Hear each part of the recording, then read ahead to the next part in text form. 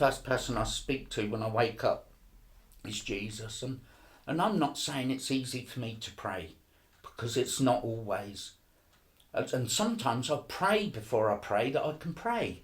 I say, God, help me pray to you. And it's the Spirit within, the Holy Spirit. Sometimes I haven't got words to say to God. Sometimes I'm so miserable in the mornings, I don't feel like... But I say, Lord, let me converse with you. And I think prayer is so important in our walk with God.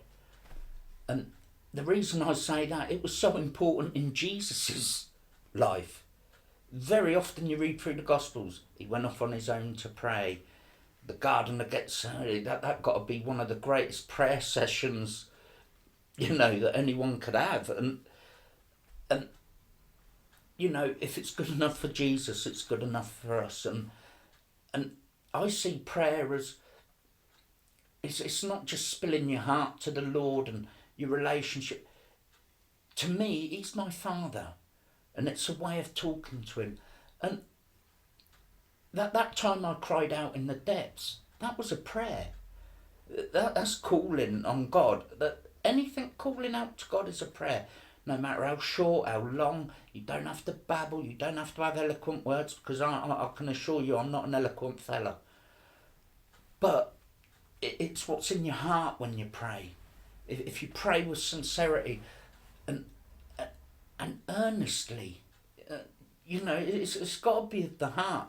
I'm not saying that I'm a 24/7 prayer of the heart and all that, because that would be far from the truth.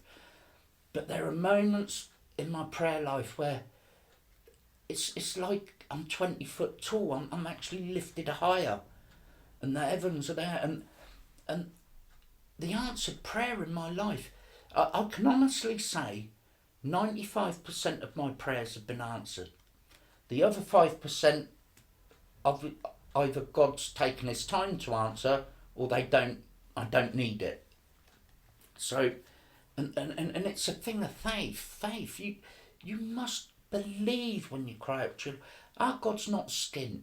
He's not small. That he created the heavens and the earths.